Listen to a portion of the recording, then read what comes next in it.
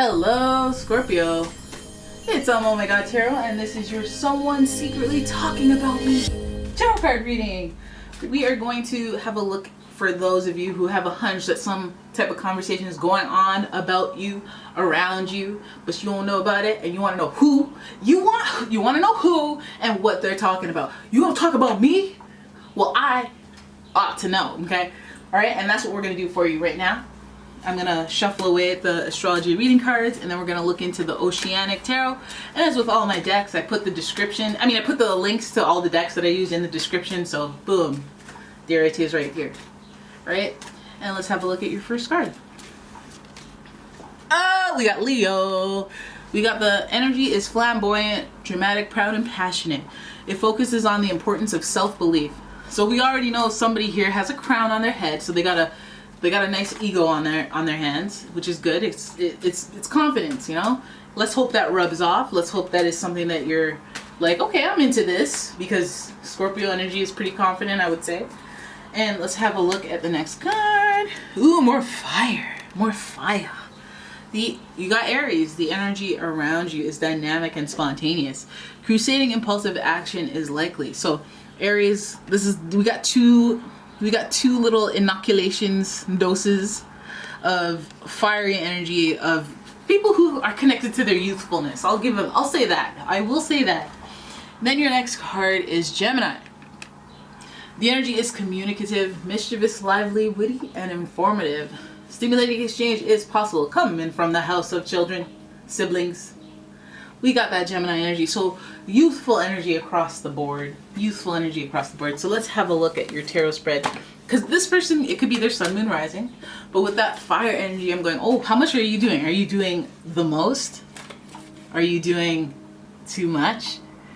Or are you doing just the right amount for somebody who's a day one ride or die? Like, I don't know. We will have a look using the Oceanic Tarot. I'm going to pull these cards that I've been buying time to shuffle. And here we go.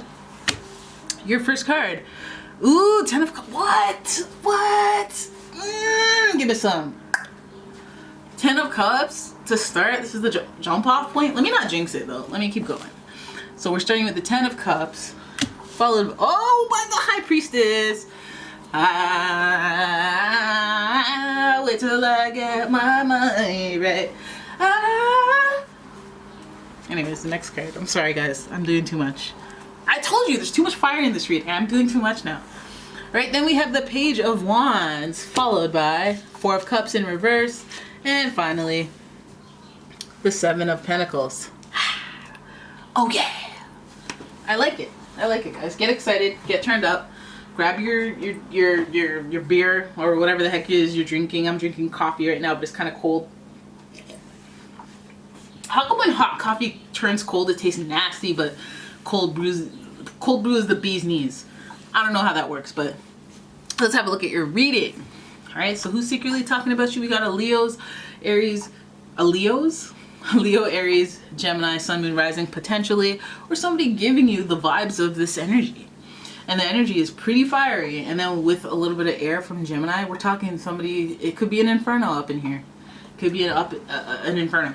So let's have a look at the spread and figure out what they're talking about.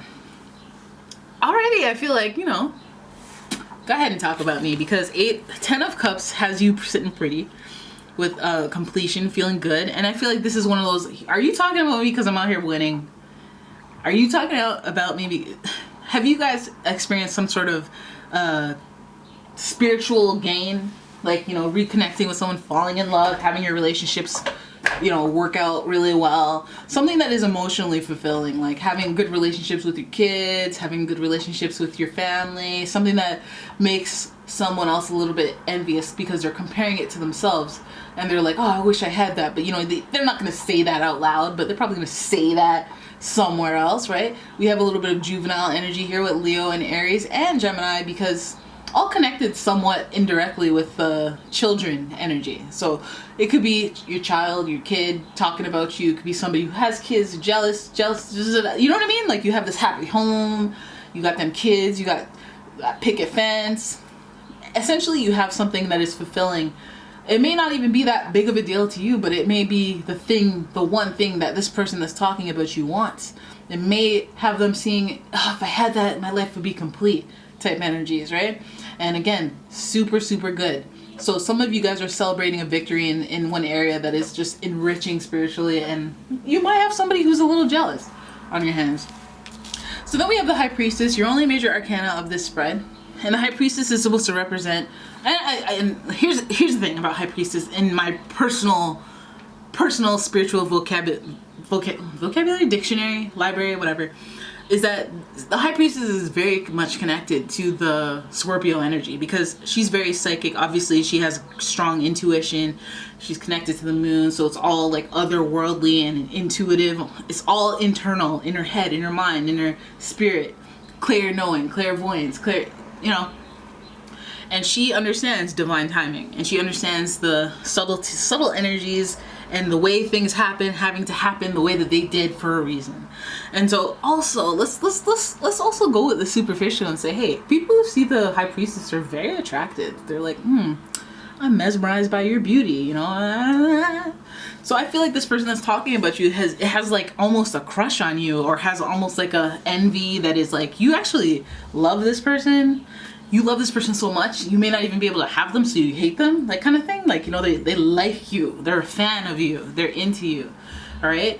And I feel like this person also has information that you may not know that they want to offer you, okay? And this information may be vital, but this information, I don't even know if it doesn't even have to be anything that's extra. I feel like everything is complete, everything's feeling good on your end. They may have some additional information to make things better, make things worse, I don't know, but they know something. This person is very attracted to you. It's almost like they want to have something to say to you so that they can talk to you, just have a reason to talk to you. Then we have the Page of Wands here, doing research. This person feels like they're looking into you, you know, they're being creative on how to get your attention, how to, you know, in some instances, you guys are dealing with somebody who thinks that you are their happy ending, you know? There's not even just jealousy, envy. There's not, like, it could be that, but we don't have jealousy, envy cards so much. That could be a consequence of watching what you're doing, watching your pockets, watching your spiritual pockets. They could be envious or jealous, but I think that they just really think that you included in their life may be something that's attractive to them. Maybe they don't understand why. They just have a feeling, an intuition. And they're doing creative things to get you in their energy, in their presence, you know. There's fire, guys, so there's action. Where there's fire, I'm not gonna say there's smoke, like the expression, but I'm gonna say there's action, baby. There's like, I'm gonna do stuff, I'm motivated to, you know, do stuff in order to impress you or in order to get your attention. But it's like, I gotta look you up, figure out what you like, talk to your friends of friends, figure out what's going on with you. What's your situation anyway? All right, there's somebody doing that, man. They're super interested. And then we have the Four of Cups in reverse. This person is bored. This person has nothing better to do. This person is like, I guess like they could have been like, they don't have to be a boring person. They don't have to be somebody who doesn't have an active lifestyle. But I feel like spiritually, what they have in front of them, they're bored with. And I feel like you may add a component of excitement to their life. Maybe they see you as you are and they're like, wow, that's like, whoa, this person's thrilling. This person, like, even though they're a homebody, the way that they talk is so interesting. I always feel like I'm, stuff's happening when I'm around them. They're so exciting to me. They're so interesting, the way that they, you know?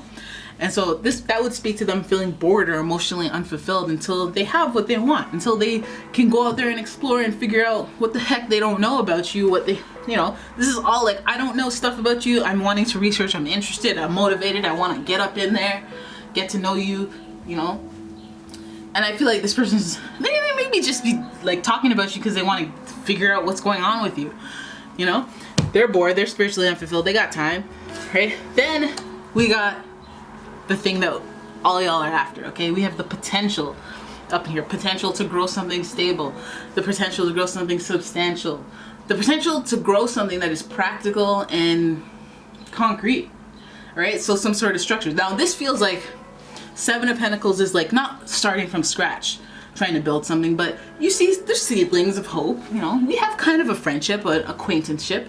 Me wanting to move it into a friendship, maybe a romantic relationship level, is, you know, because I'm not really completely satisfied at the status of our situation right now. Like, you know, we could just be friends, allies, and I want to be, you know, I want to be the good friend. I want to be the good Judy. I want to be the girlfriend, the boyfriend. I want to be your good friend, or I want to be closer to you in some way because I see the potential in this relationship. Now, I don't know necessarily what all of that entails.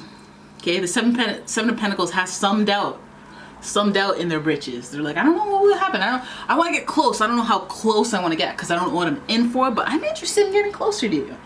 Feels like this person is talking about you maybe to be, you know, they're being inquisitive more than just talking about you. They're asking questions, or they're wanting to understand. They're wanting to, you know, get to know how you fit into their life on an exciting level. They want to know that you have common interests, which they may be communicating with you, but they may be communicating with people that you know, like your siblings or some peers that are on your level. I feel like there's stuff they're trying to find out, but there may be stuff that they know about you that you don't know that they know about you, if you know what I mean. Right?